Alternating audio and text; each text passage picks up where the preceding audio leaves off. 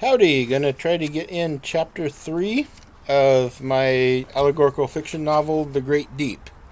If you've not seen chapters 1 and 2, well, go to the channel this link connects to and find them on the playlist there. They're in the playlist called Good Books. And they should also be on the main channel playlist. I'd like to remind you that you can find all of my books and my wife's as well at amazon.com/author, AUTHOR/MMM, my initials. All proceeds 100% benefit Youth with a Mission Faith Harvest Helpers from all of the 20 plus books there. So I'd like to encourage you to check that out. I like to say get a good read and do a good deed. So I'm going to proceed now. I'm going through this chapter by chapter, my allegorical fiction novel, The Great Deep, and this is chapter 3. William slept long and hard. Usually an early riser, it was 9:30 when his father woke him from a sound sleep. "Hey, Spud Monkey, wake up!" Jacob shook his son's shoulder as Teresa slid open the thick, dark curtains. A blinding light assaulted the room, falling directly across William's face. "Hey, geez, what the—" William threw a pajama-sleeved arm across his eyes and let out an obviously irritated moan. "What? Where—" He had slept so deeply that he was somewhat disoriented when he first awoke. Remembering where he was, he said, "Oh, yeah, what time is it?" "It's 9:30, answered Teresa. "Dad and I are all ready to go. We've been waiting on you to head down for breakfast. You'd better hurry up before the early risers clean out all of the good stuff." William yawned, stretched, and slid out from underneath the white linen sheets.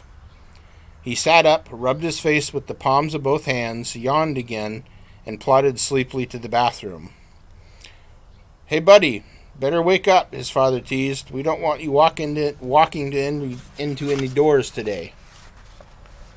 "Let it go, Dad," William said flatly. He shut the bathroom door behind him and turned on the cold water in the sink. Splashing a double handful onto his face, he briskly rubbed the sleep from his eyes. He then removed his pajamas and changed into the clothes which he had laid out on top of his suitcase the night before. He brushed his teeth, combed his defiant wavy hair, and packed all of the stuff into his suitcase. After one last yawn and stretch, he opened the door, picked up his suitcase, and walked out into the main room. "That was quick. You hungry?" his dad asked. "Yeah, kinda," William replied, restraining one last yawn. "Where's the luggage cart?" "Out in the hall," his dad answered as he vigilantly scanned the room for any belongings which might get left behind. His mother asked, "Are you sure you have everything, honey?" "Yeah, I'm sure," William replied. With some degree of effort, he flopped his suitcase on top of the stack already occupying the luggage cart. He had to lift it almost head high in order to do so. "I'll take the front this time," his dad said. "It steers easier that way." Teresa was waiting at the elevator when they got there, and the doors slid open just as they arrived. There was a slight bump as Jacob lifted the leading end of the cart over the small lip and into the elevator. William helped swing the back end in and then pushed the button for the lobby. The doors closed and the elevator began its descent with a sharp jolt. As the doors slid open on the ground floor, Jacob said, "You guys go ahead and get started. I'll take the luggage out and join you in a minute." "Okay, honey," Teresa said. "You want me to get you some coffee?" "Sure, that'd be great," replied Jacob. "I'll just be a minute." He pulled the laden cart past the reception desk and continued out the front doors. Across from the reception desk, William and his mother found a full buffet line. There were numerous steam trays full of scrambled eggs, bacon, sausage, ham patties, bagels, muffins, and pancakes. At the far end of the line, there were a variety of serving-sized boxes of cereal in a big wicker basket, a large bowl of fresh fruit, and pitchers of milk and fruit juice. Just to the right of that stood a small table with coffee, hot water, and a basket containing a variety of tea bags. "Wow," Teresa said. "Looks great. Most places you're lucky to get a muffin and a piece of fruit."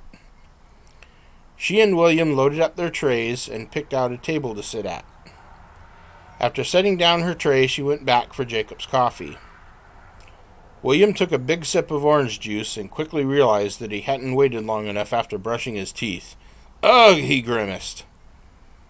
Just then his mom showed up with the coffee for his dad and asked, "What's wrong, sweetie?" "Toothpaste." "Orange juice," he said. "Oh," she giggled. "Take a bite of eggs. That'll fix it." She glanced over her shoulder and said, "Dad should be here any minute." She sat down and began eating. Just moments later, Jacob arrived carrying a plate full of bacon and scrambled eggs in one hand and a huge chocolate chip muffin in the other. His silverware protruded from his shirt pocket. "They were out of trees," he said. "Oh man, I'm famished." He sat down and began devouring his meal. Following a hearty breakfast, they cleared their places and headed for the car. As Jacob squeezed himself behind the steering wheel, he said, "Oh man, I'm not going to need to eat for a week." "Yeah, right," Teresa quipped. She knew that he would be famished again by lunchtime. Within 20 minutes of getting back onto the interstate, they saw the first sign for Rock Springs. Hey, there it is. We'll be there in about an hour," Jacob said. "Are you doing okay back there, son?" "Yeah, fine," William replied. Despite his reservations about moving, he was looking forward to getting there for one reason: to get out of the car. This 4-day car trip was the longest he'd ever taken, and he didn't care much for it. "Whatever I do for a living when I grow up," he thought, "it will definitely not be anything involving travel." During the next hour of travel, William studied his dad's reflection in the rearview mirror. There was a growing glimmer in his eye as they drew closer to Rock Springs. In some mysterious manner, William knew that his dad was reliving fond memories of childhood. He made a game out of trying to guess what it was that evoked these memories at any given moment. Whenever he noticed a sudden glint of recognition in his father's eye, he would quickly attempt to decipher what had evoked this unspoken flood of nostalgia. At times, William was fairly certain that he had figured it out. They had just passed a diner or a campground or a prominent landmark of some sort. Other instances were more enigmatic. William thought back to all the stories that his dad had told him about growing up in this area. Yet whatever had sparked a memory at certain points along the way simply eluded William's ability to discern. Suddenly, William's train of thought was interrupted. Just as they crested a small rise in the road, his mother said, "Ah, there's our turn," pointing to an enormous weeping willow tree about half a mile ahead on the left.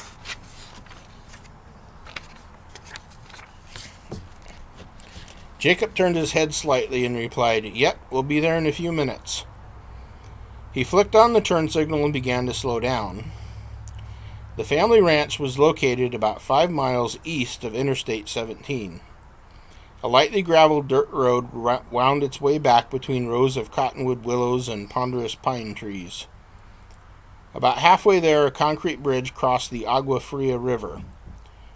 Jacob pointed to his left and said, "Best fishing hole in Arizona, right there." Just at the point where the branches of 2 enormous maple trees formed a natural archway across the road, the ranch house came into view. A fence constructed from lodgepole pine marked the point at which road became driveway. Jacob pulled the car through the open gate and up to a row of hedges which defined the edge of the lawn. He turned off the engine and said, "Pile out." A flagstone walkway led up to the front patio. This was a concrete pad some 20 feet wide and 6 feet deep. It was surfaced with flagstone and covered by a cedar shingle roof. The corner posts which held up the roof were engraved with depictions of squirrels, raccoons, deer, and other forest creatures. On either side of the door stood 3-foot-tall wooden bears, which had been carved by a chainsaw artist. The bear to the right of the door held a sign which read, "Welcome, friends." There was a note thumbtacked to the middle of the wooden plank door. Teresa reached the door first, removed the note, and read it aloud. "Jacob and family, go in and make yourself at home. I ran into town to pick up a few things for dinner. I'll be back soon. So glad you're here.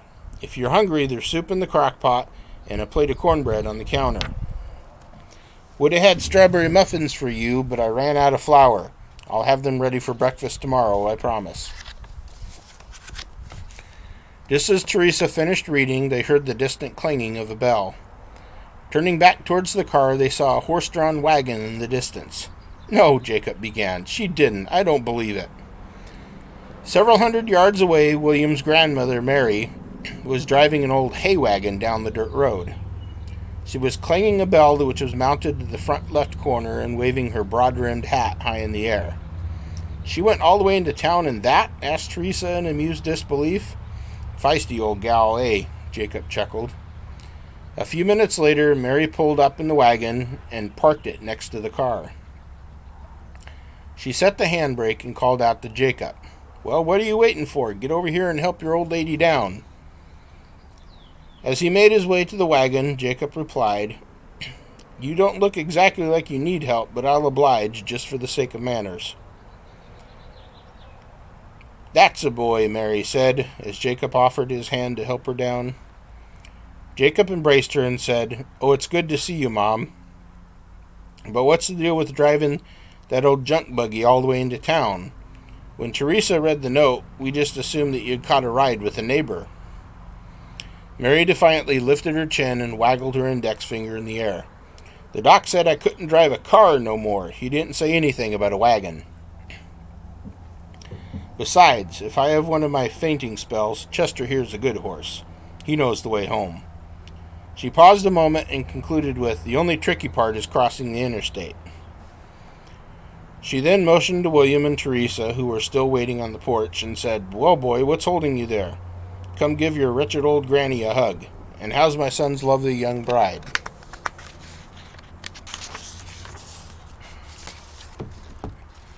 Fine. Good to see you, Mom, Teresa replied. She turned to William and said, Honey, go give Grandma a hug and help your dad in with the groceries. William walked over and gave Mary a hug. He and his dad then carried in the groceries as she unharnessed the horse and led him back to the barn. After lunch, William's grandmother informed him that he could have his pick of any of the 5 bedrooms. Mine's your parents' room. Mine's the one there at the base of the stairs, she motioned, and your parents' room is in the big one upstairs, all the way to the left. Besides those 2, you can lay claim to any bedroom you like. Your stuff is all stacked in the game room at the back of the house, the room with the pool table. She turned to Jacob and Teresa and said, Oh, and all the boxes you had marked storage are out in the tractor barn, okay? I told your friends they'd probably be a good spot, better than the horse barn. Yeah, that's fine, Jacob said. They put all of your other stuff in your room already. Real nice folks, Mary continued. I tried to give them a little bit of traveling money as a thank you, but they wouldn't take it. Yeah, they're funny that way, Teresa interjected. We'll send them a card with some gift certificates or something in it. William decided on a downstairs bedroom to the left of the game room. It was fairly spacious with a good-sized closet, and he didn't have to carry his stuff very far to put it away. It also had its own bathroom and wasn't far from the kitchen. He and his parents spent the rest of the day unpacking. After a late dinner, they fell asleep to the aroma of freshly baking strawberry muffins.